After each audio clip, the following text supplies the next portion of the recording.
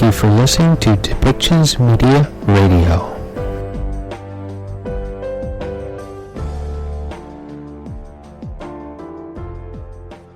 Hello and good day to wherever you are listening to us today. It is Friday, 26 March 2021. My name is Christian Lindmeier and I'm welcoming you to today's global COVID-19 press conference. Simultaneous interpretation is provided in the 6 official UN languages: Arabic, Chinese, French, English, Spanish, and Russian, as well as Portuguese and Hindi.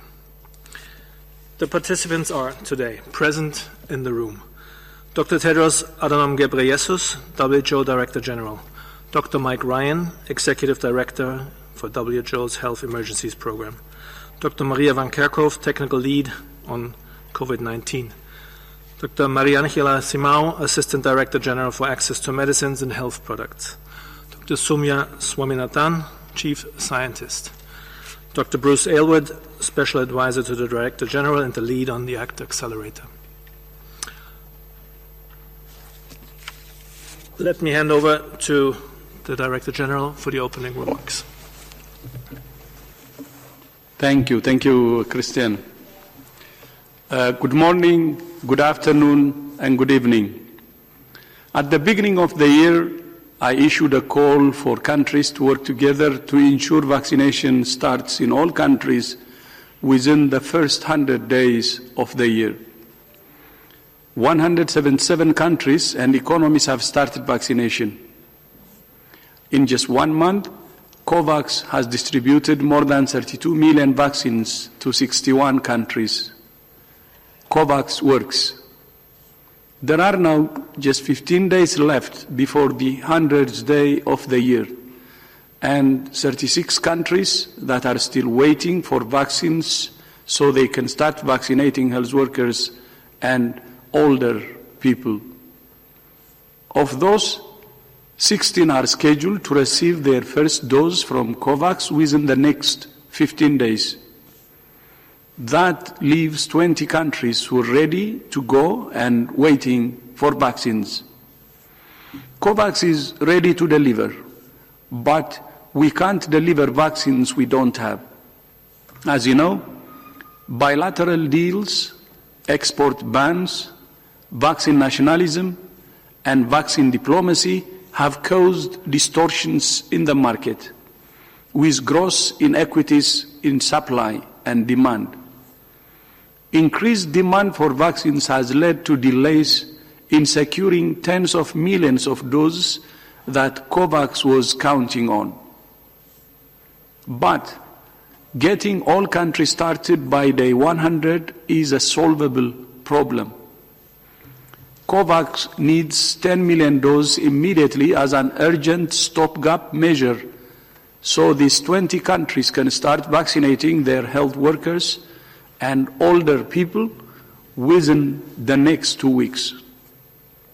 So today I'm asking countries with doses of vaccines that have WHO emergency use listing to donate as many doses as they can to help us meet that target. And I'm asking manufacturers to help ensure these countries can rapidly donate those doses. There are plenty of countries who can afford to donate doses with little disruption to their own vaccination plans. The more countries that donate as soon as possible, the more doses we will have to share with countries who need them desperately.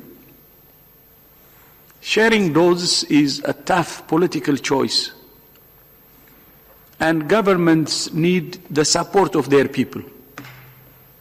I am encouraged by surveys in high-income countries showing widespread support for vaccine equity.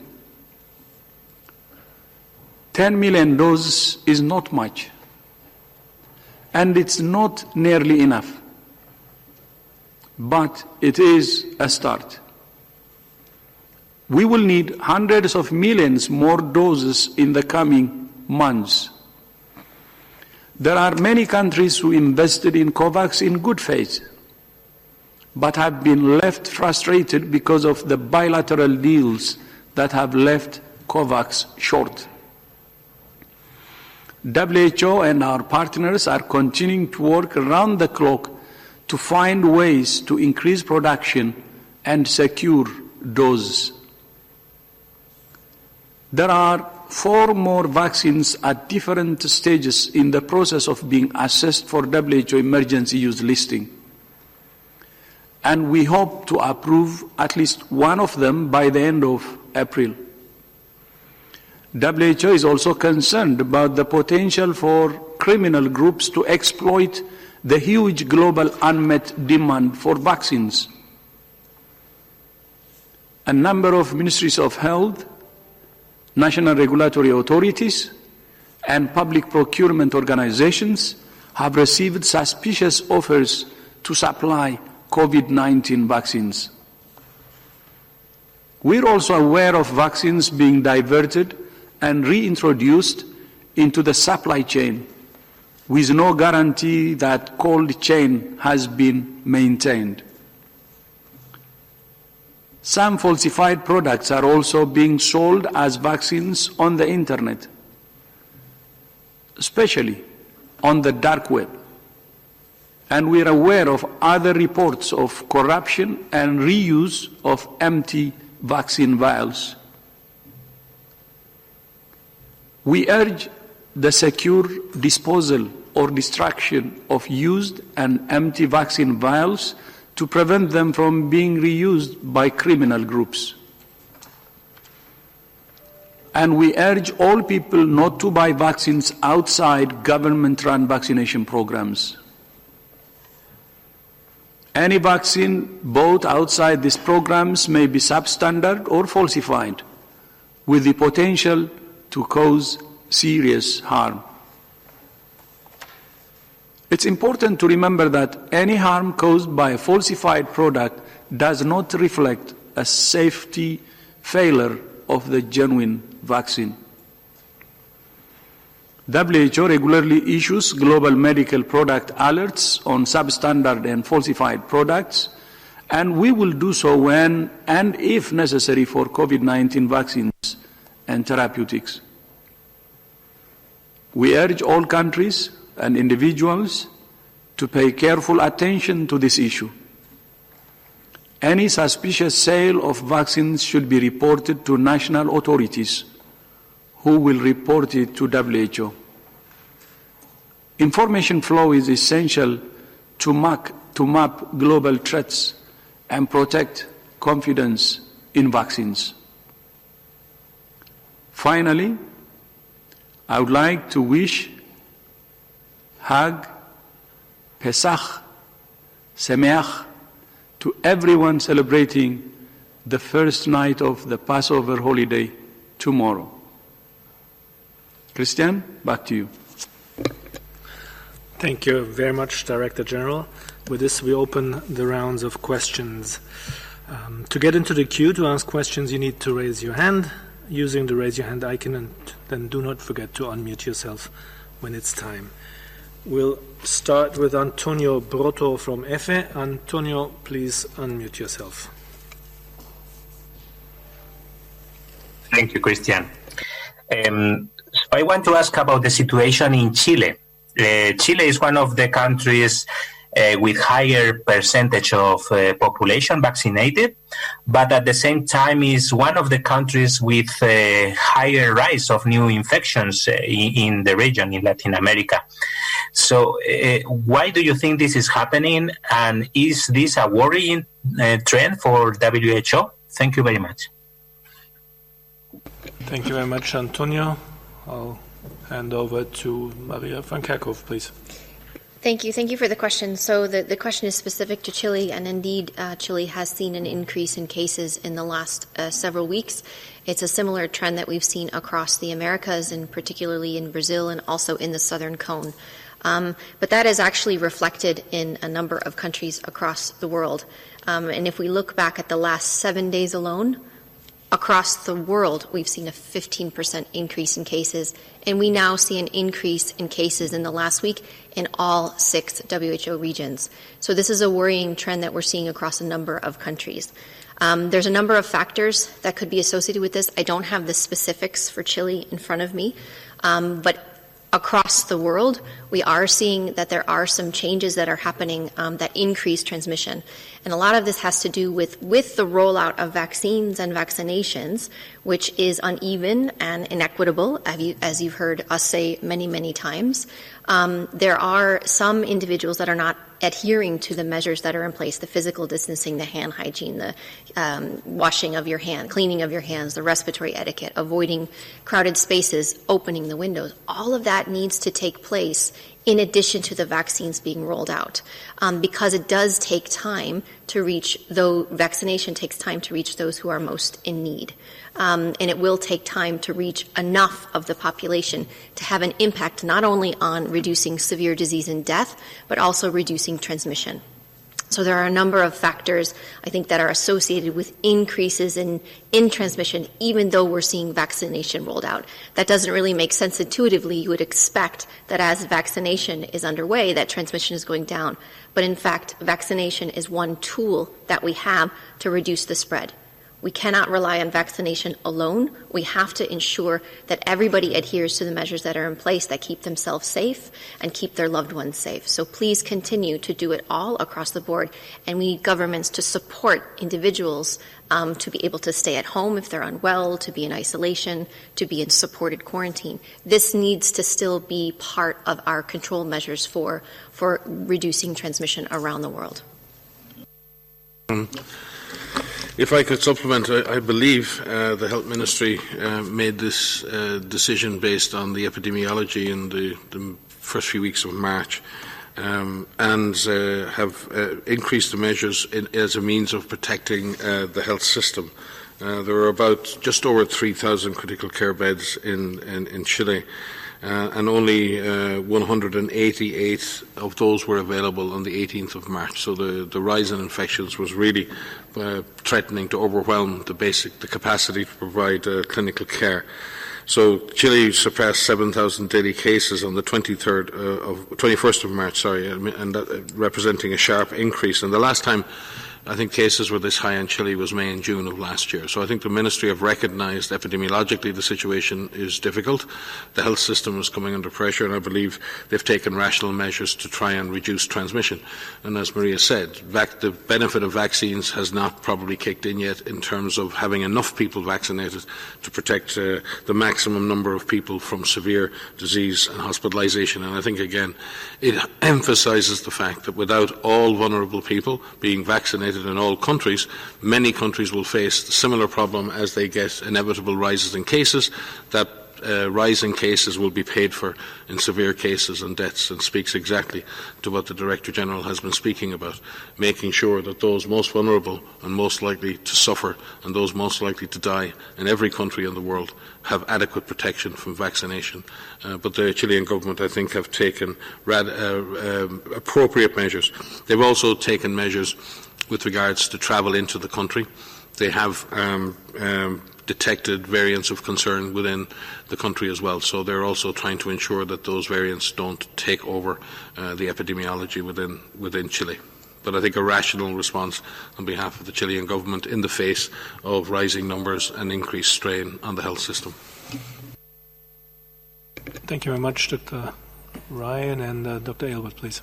Thanks, Christian. Antonio, thanks for the question, because it's so important, right? Any increase in cases is a worrying trend. Let's be super clear. There's no such thing as an unworrying increase in cases with this disease, a serious disease. And I think it highlights, again, as you said, that many countries are rolling out vaccines now. The obvious thing, as Mike and Maria emphasized, is these vaccines are great vaccines. They work really well, but we do not have sufficient vaccines and at scale to be able to change the course of the epidemic right now. We've got so many other measures we have to be using at the same time, and we have to be using our vaccines smart. We've got to be using them to protect those healthcare workers who've got to deal with this oscillating disease and surges of cases, and to protect the older people so that they don't suffer the severe disease and possibly death as a result. And it highlights the appeal that the Director General made at the beginning of this press conference, that not all countries can do what Chile can do and try and roll out the vaccines to protect people in the face of surging disease because they don't have access to the doses. And what we need to do is get more doses of vaccine into the COVAX facility so that we can ensure all countries can protect their healthcare workers, because this disease will continue to surge as we're seeing in places like Chile, even though we are rolling out the vaccines right now. And at the same time, we've got to do everything. It's difficult. I won't repeat what Mike and Maria said, but we've got to maintain the other measures until we have really high vaccine coverage, and we're some ways away from that yet. Thank you, Dr. Aylward, and I believe Dr. O'Brien, who's also in the room, will add. I just wanted to add a couple of points to what's already been mentioned. And that is that I think, as everybody knows, the evidence on the vaccines is really clear about the prevention of disease, certainly the prevention of severe disease and death for these vaccines. But the part of the evidence that is still rolling in is the degree to which they also protect against getting infected. And clearly, to get disease, you have to get infected, but just because you get infected doesn't mean that you get disease, but it certainly can mean that you can transmit to somebody else. So I think the other point is that we're emphasizing, especially as vaccines are rolling out, and there are many people in the community who are not vaccinated and not protected against disease, that continuation of the measures to avoid transmission, even if you're not symptomatic, is so incredibly important as we're rolling out vaccines, and that increase in immunity in the population is continuing.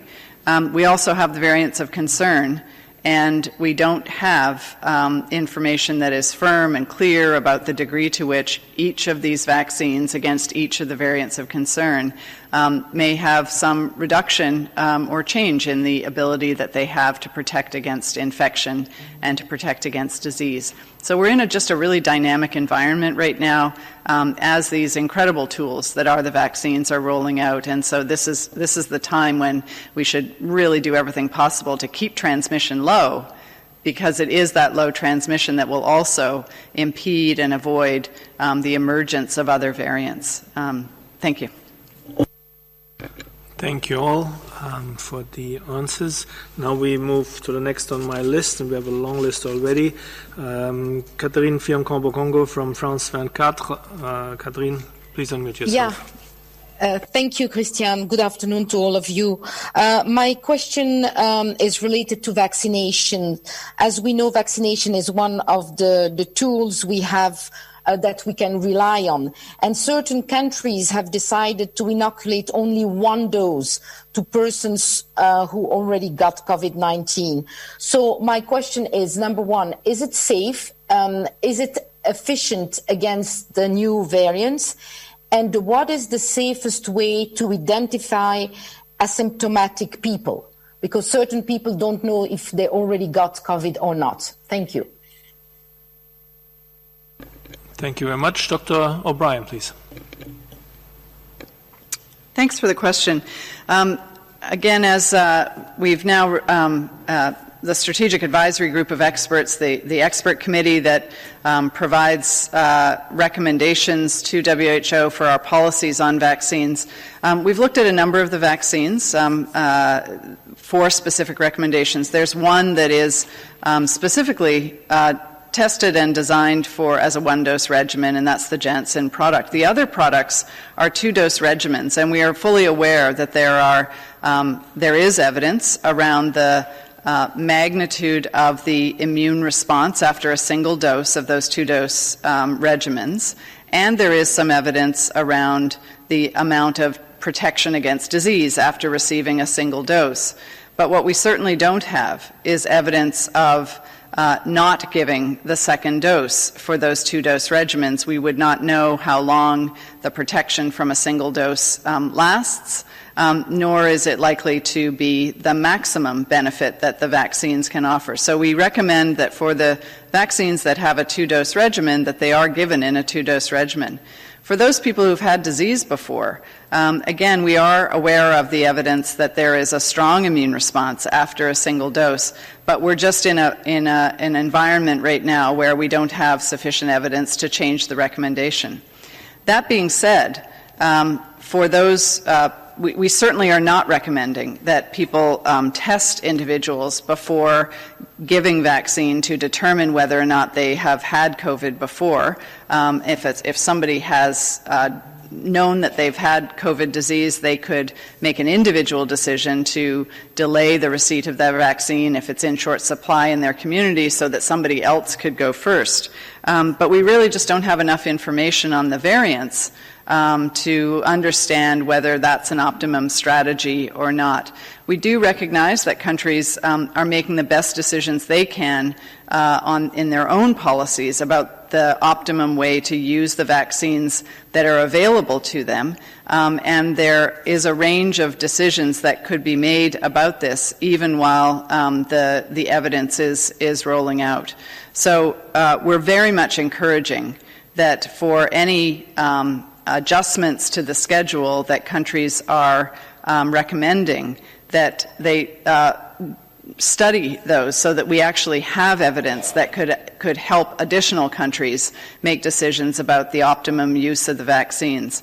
And the most important thing at this point is to get as much vaccine as we can available to the highest risk people so that they can be protected against disease, and eventually a sufficient immunity in the population that we hope and expect will really reduce transmission from that broad-based immunity. But we're pretty far distance from that. And Dr. Swaminathan to add, please. Just to add to what Kate was saying, I think there is a specific vaccine, which is the Astrazeneca vaccine, for which there is data for the gap between the 2 doses being 4 weeks or 12 weeks and beyond. And some countries, so there was data from the clinical trials which suggested that the longer the interval, at least up to 12 weeks, the better the immune response and the better the efficacy of the vaccine. So there's also modeling done to show that if you have a limited number of vaccine doses and you want to protect the population, particularly the high-risk groups, the older groups and so on, so countries like the UK, for example, have taken the approach of vaccinating more people with available vaccines and then giving the second dose at a time around 12 weeks. And the SAGE that Dr. O'Brien mentioned, the advisory group that advises WHO, recommended a gap of 8 to 12 weeks between the first and the second dose for the AstraZeneca vaccine.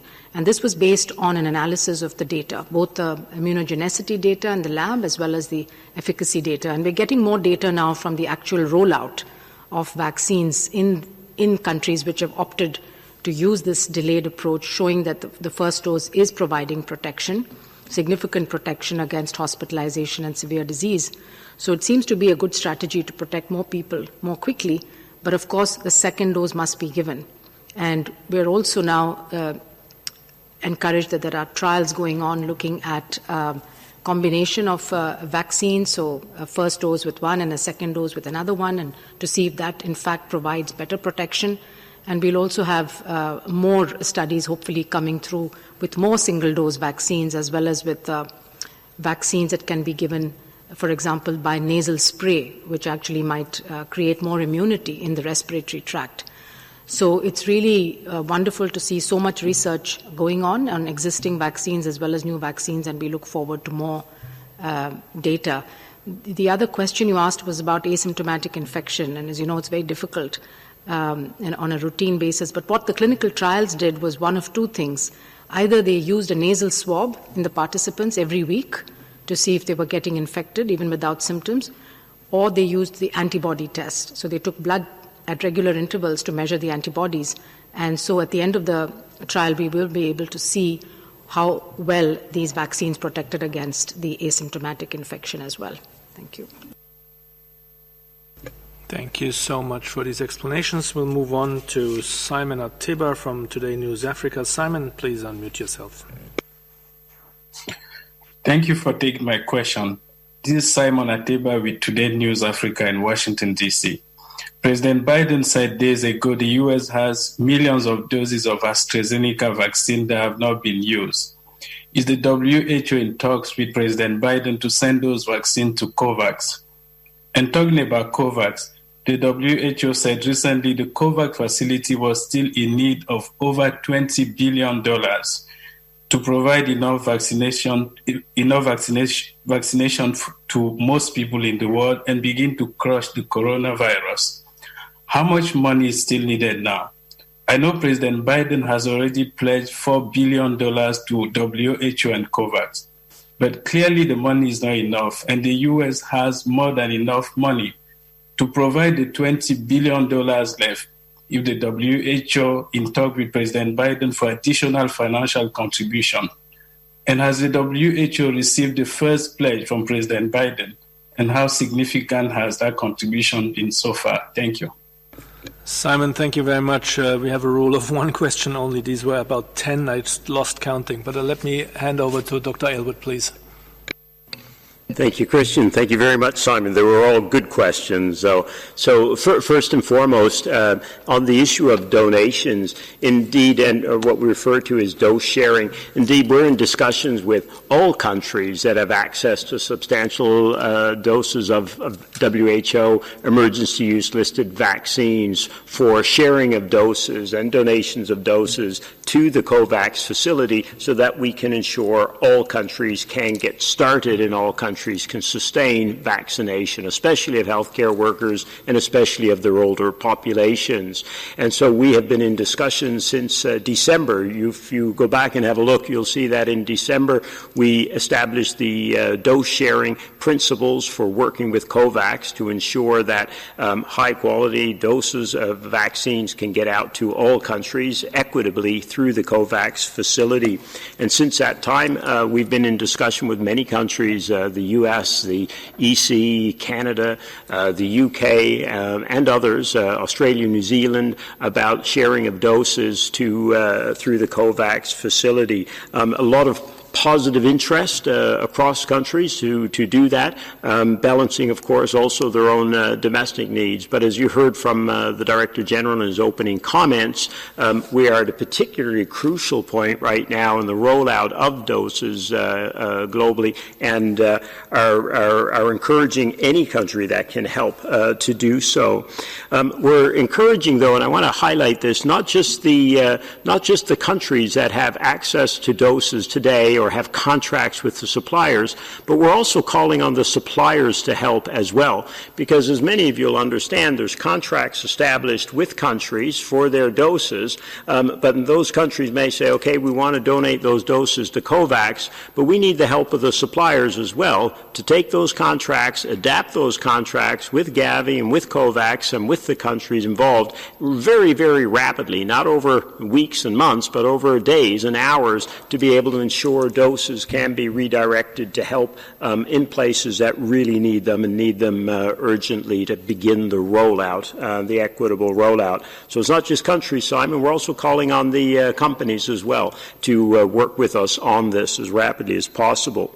And in terms of the financing, we do need over $20 billion, $22 billion, but that's for the entire Act A agenda, or the Act Accelerator agenda, to ensure the equitable distribution of vaccines, oxygen, dexamethasone, PPE, and diagnostics. As the Director General, Mike and Maria affirm all the time, countries need that whole package to control the disease, protect their health systems, health workers, and populations, and get their economies are going again. So that's for that whole package.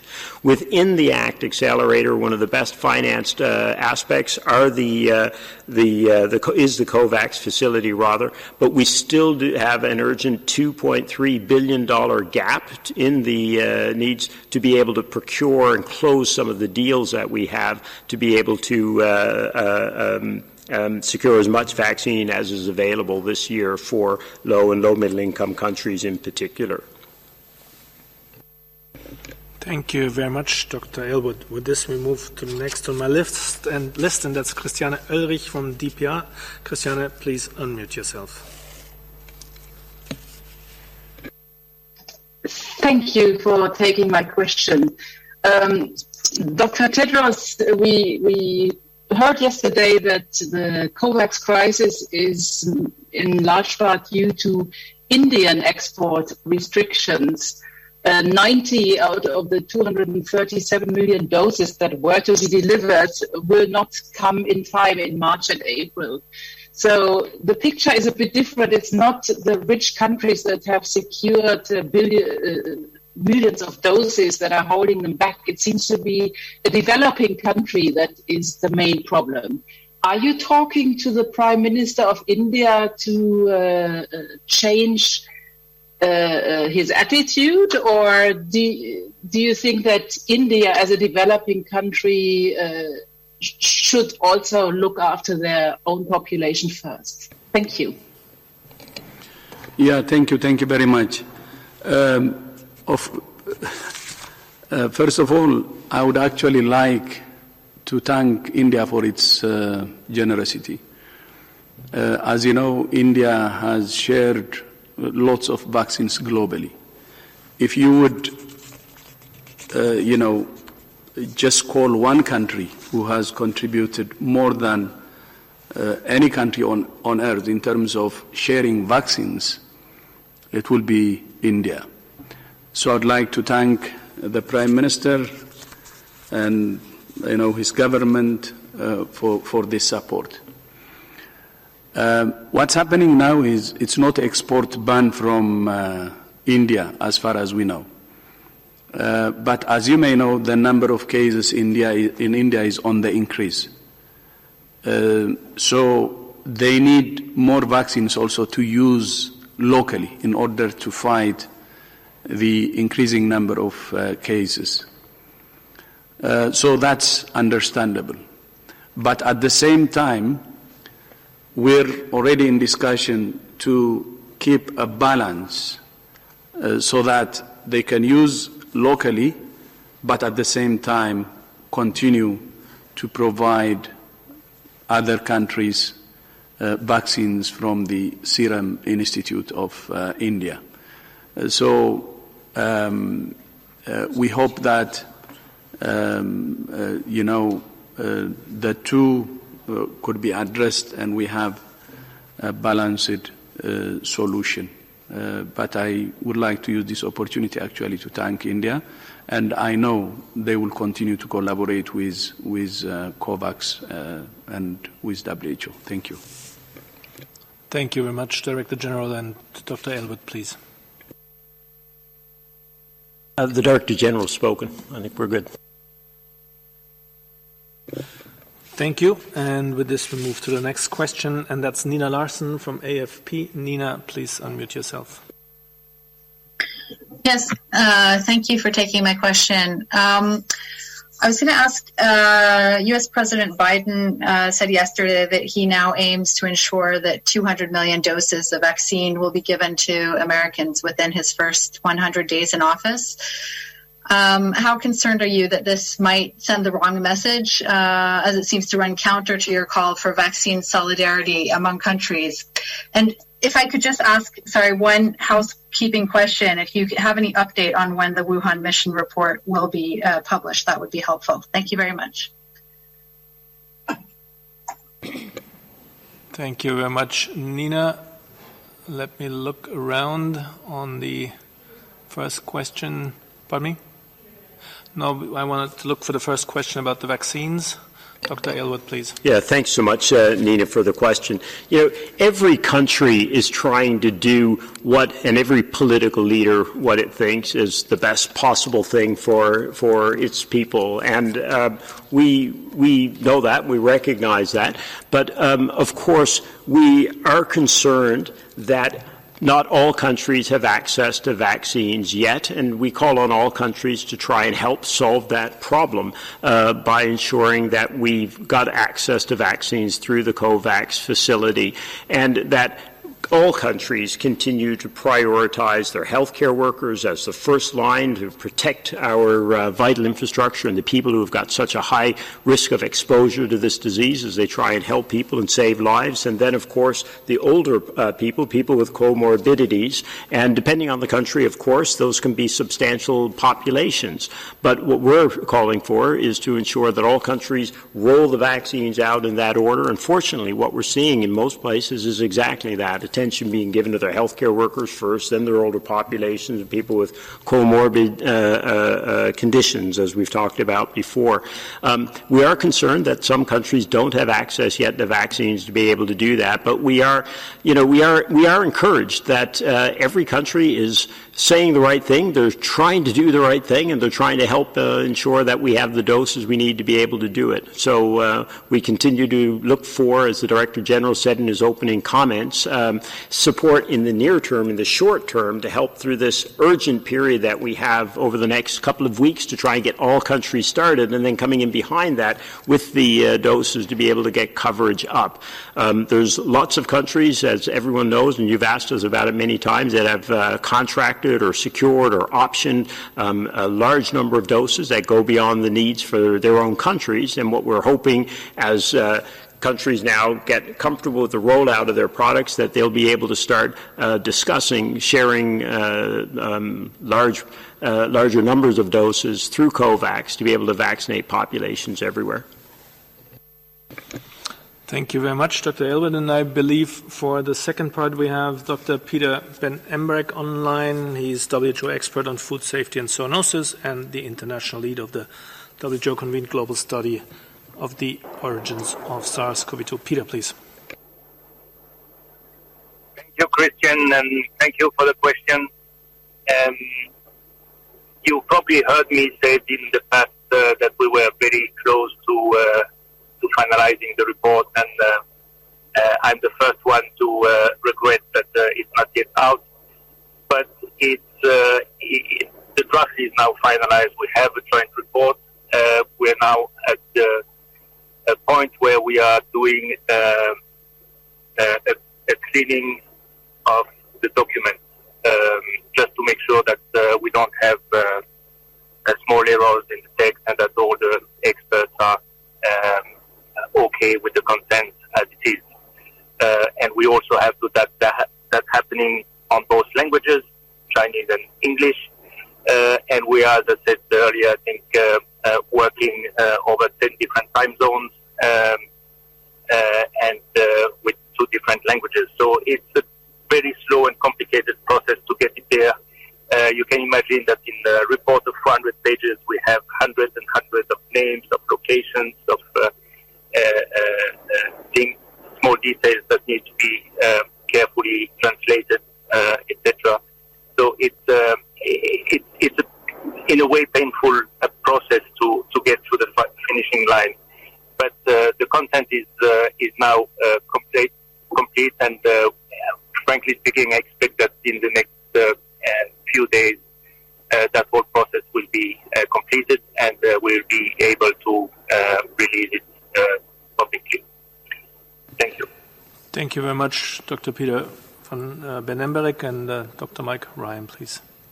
And just a reminder that we had a number of missions to work in China, but these specific set of activities have been activities requested under the resolution of the World Health Assembly last May, and the Director General was asked to to set up a series of collaborative and scientific missions to understand better the origins of the virus.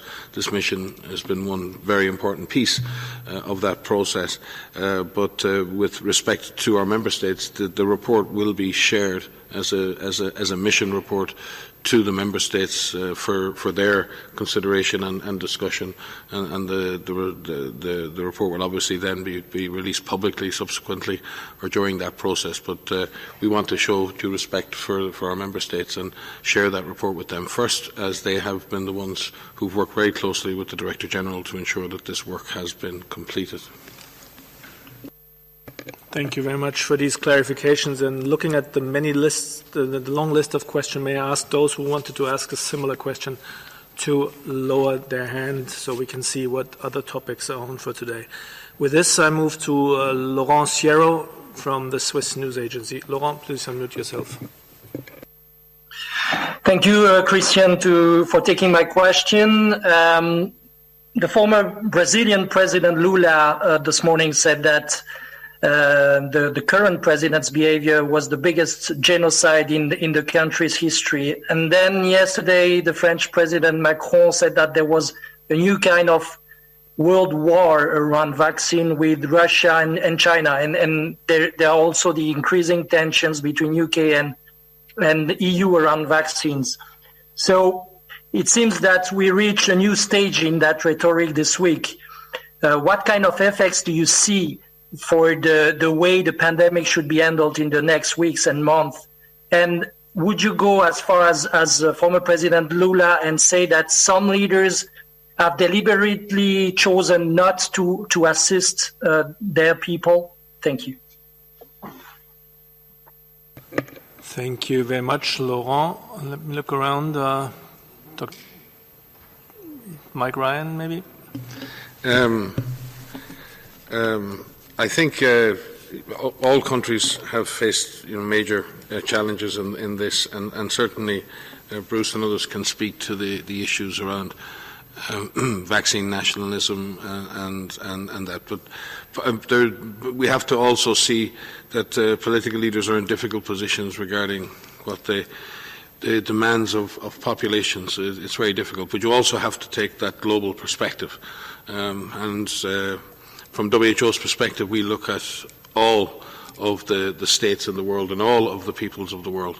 And if WHO came up with a policy where we vaccinate in one country and finish there before we'd vaccinate in those, it would be very similar if a country decided to vaccinate in one state and finish there before starting in another subunit of the nation. We see the world in a global perspective. We see all humanity as equal, all human beings born as having equal right to health and to the preservation of their health. So some of this tension comes really from the perspectives of which people sit, where they sit in the argument, and where they're having the argument from, and who is influencing and shouting at them. So it's a very complex environment, and I think it can be oversimplified and made too simplistic. There are so many complex factors driving this, and Bruce may speak to that. But I don't believe it's true that in the vast, overwhelming majority of cases, regardless of ideologic perspective, most leaders are trying to do their best for their people. No more than ourselves. They don't always do it perfectly. That's part of the process of the imperfections that we see in every aspect of human endeavour. But I think it goes way too far to say that leaders in general are behaving in a way that is designed against their own people. That doesn't mean that leaders at all levels do not make mistakes. Bruce? Yeah, thanks, Mike, and thanks for the question, Laurent. It's an important one because, frankly, we are in a war, and leaders are right. We are in a war, and it's a war against a virus and not against each other. And one of the things that's been extraordinary in this crisis is just how many world leaders you have an opportunity to interact with through the Director General and others, and they have common purpose in this, and that common purpose is to beat this virus. There's absolutely no question about that. Yes, there are a lot of tensions, there are a lot of emotions. There's a bit of friendly fire, perhaps, now and again, but that's the nature of a battle like this. It's been going on for over a year. People are tired, people are exhausted, and there's incredible demands on everybody, including political leaders everywhere, as they try to navigate the way out of this. But we have a common purpose, a common destiny in this. It's very, very clear as well. And every leader that we deal with, they recognize and they reiterate again and again that we can only get out of this together. It's the right thing to do to make sure everyone has access to these rare or scarce for the moment resources, vaccines in particular. We also have an economic reason to get the world's economy going, and we also have a health security reason because of variants. Everyone is acutely aware of that, and everybody is working to find a common way forward. So it is going to be a tough, it's been a tough couple of weeks. It will be a tough few months as we go forward. There's incredible demands on everyone, but everyone is working to common purpose and recognizes that. I think one of the most encouraging things, Mike, we've been at this for 30 years, these people are committed to work together on these things. Importantly, and it goes back to some of the questions, that were asked earlier, what we're trying to ensure is that as countries now reach more and more of their populations, they look at the vaccines that they have access to, they look at the contracts that they have, and they say, you know what, we can share some of this now at this point. Before we go into our younger populations, et cetera, with vaccines, we can share them. And again, that's what, it's in everyone's common interest to do that. And certainly all the leaders we've talked to feel that that's the right thing to do. The challenge, of course, is realizing that as soon as we can. And Dr. Marianne A very quick complementary comment, because I think we learned a lot in this 1 year. In 1 year and 2 months probably. Because we know now what works that we didn't know last year in March. So the fact that we need to think about the public policies being based on evidence, it's a different scenario from 1 year ago.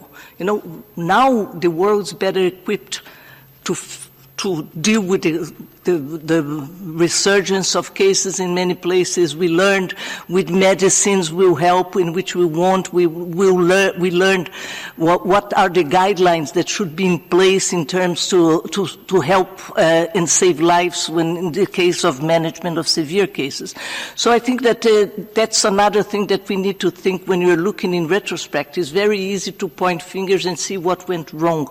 We need to look ahead and look at what the science has given us and make sure that the policies that are put in place at country level are evidence-based. I think that's quite. Thank you very much, Dr. Simao. With this, we move to the next question. That's Sophie Mokoena from SABC South Africa. Sophie, please unmute yourself. Thank you, sir. I just want to ask a question around the coming holiday. We've had reports that some countries are already indicating that they are seeing the signs of third wave. Has the WHO perhaps observed that, or have they picked up the signs of third wave? And what must countries do during this time? Thanks, Sophie. I think you were asking about if we were seeing signs of a third wave. We are seeing signs of increasing transmission around the world, and there's a number of factors that are associated with this. We are not out of this pandemic. The pandemic is not over. I know we are over it, but it is not over us. We are still in the acute phase of this pandemic, where in many parts of the world the virus is still in control of our lives. We are not in control of the virus. That is not true all over the world. Some countries have actually shown that we can control COVID with the tools at hand, with the addition of vaccination. But in fact, some countries have actually controlled COVID without vaccination yet. And I think it's important to remind everyone that we know a lot about this virus. We know about how it spreads, and it really is a factor of our mixing patterns. When we see people mixing and increasing the number of contacts that they have, if people are spending a long amount of time together, if they're mixing with more individuals, more families, the virus will take an opportunity to spread. So we have seen with some holidays, we certainly saw this over December, January holidays, where people had increased the amount of mixing that they had with other families. We saw transmission increase dramatically in a number of countries. We now have virus variants, at least 3 variants of concern that WHO is tracking: the B.1.1.7 that was first identified in the United Kingdom, the B.1.351 that was first identified in South Africa, and the P.1 variant that is circulating in Brazil that was first identified in a traveler in Japan. There are more variants of interest that are also being tracked. The variants of concern are more transmissible. And if you have a more transmissible virus, it means it can spread more easily. If we increase our mixing patterns, if we have virus variants, transmission will increase. We're now into the 5th week where globally we have seen an increase in transmission around the world. I mentioned in my earlier answer, now all WHO regions are seeing an increase in transmission compared to the last week. This is important because 15 months in, people want this to be over, but we still have to put in the work. All of us have a role to play here in reducing transmission, and this includes during holidays. All of us want to spend time with our families and travel around, and there are safe ways to be able to start to do this, but we need to think about what each of us are doing every day, what we need to be doing versus what we really want to do. We will get there. We will get to a point where this pandemic will be over. I promise we will get there. But we need to put in the work now to drive transmission down, especially as we are rolling out vaccines and vaccinations around the world. So think about what you are able to do during this holiday period. Think about, there are many holidays that are coming up. You can celebrate a lot of these virtually, and in some situations you can meet outdoors instead of indoors. And if you do need to meet with others, limit the time that you are together. Do this outdoors as opposed to indoors. Make sure you keep your physical distancing, you wear your masks. All of these measures still hold true.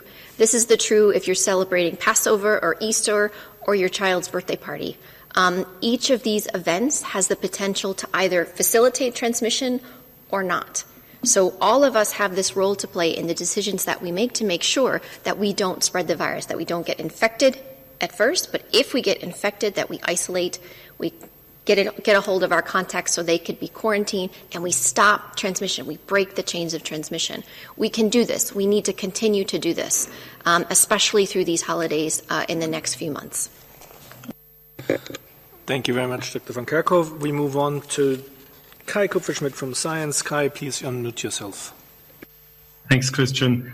I wanted to ask a kind of complicated question, but it's about the possible side effects that we have been seeing in Europe with the Astrazeneca vaccine. So it is becoming clearer that there are quite a few cases of this rare constellation of thrombocytopenia together with thrombosis in kind of unusual places. And some of the societies for thrombosis and hematology are starting to tell people to look out for certain symptoms. There's an idea that the mechanism might be related to HIT.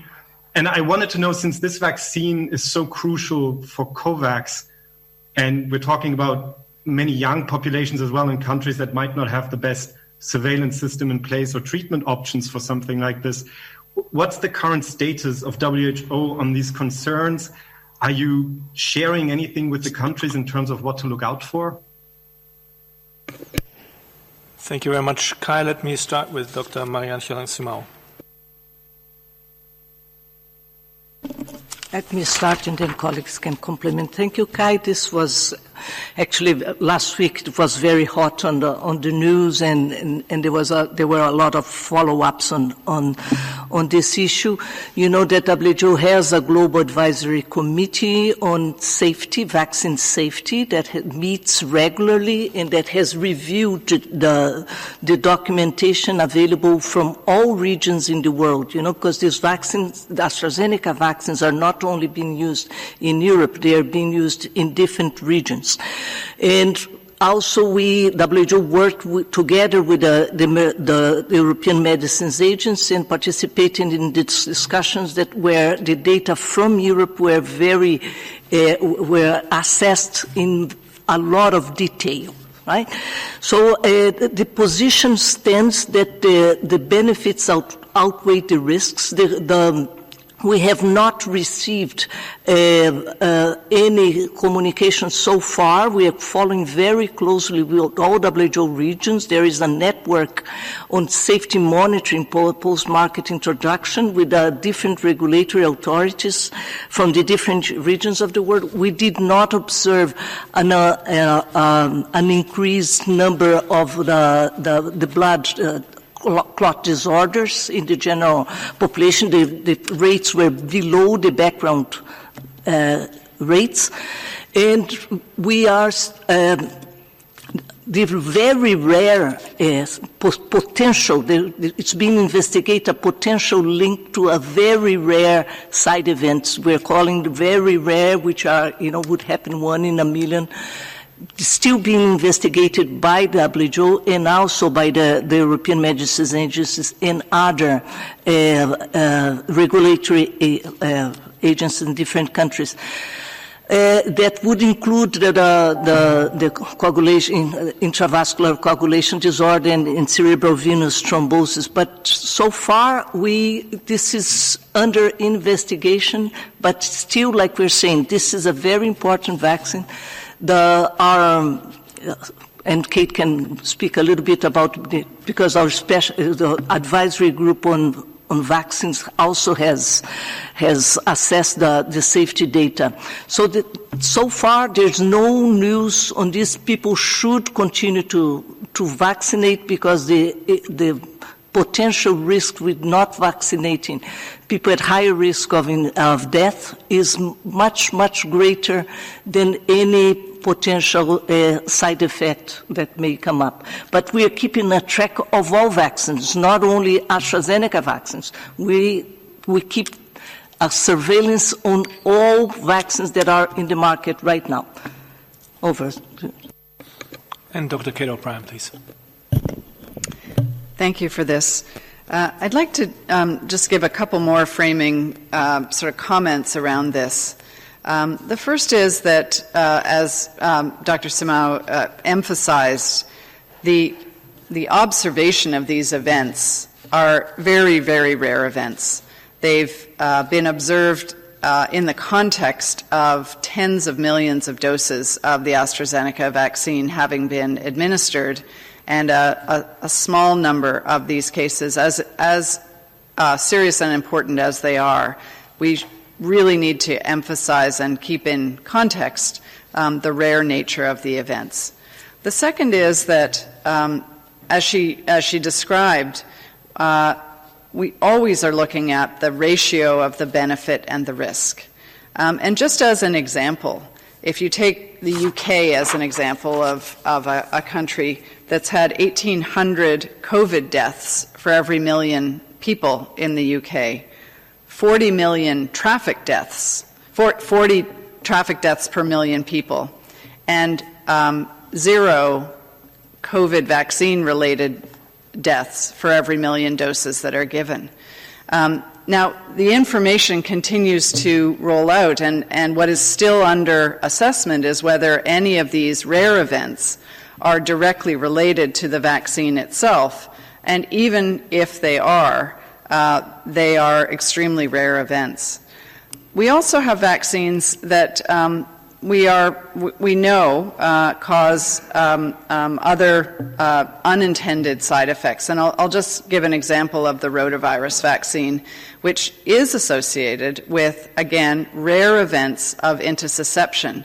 But when we look at the benefit of the vaccine to prevent a disease that is very important and a cause of death in young children, that benefit far outweighs the potential low risk, extremely low risk of an unintended side effect. So it really is this balance of the benefit and the risk that we're seeing, and this very scrupulous attention to trying to quantify if there is a rare event, what is the nature of the rare event, what is it related to, and how could we be cautious around that, and especially if identify people who might need medical care should they have this very rare event.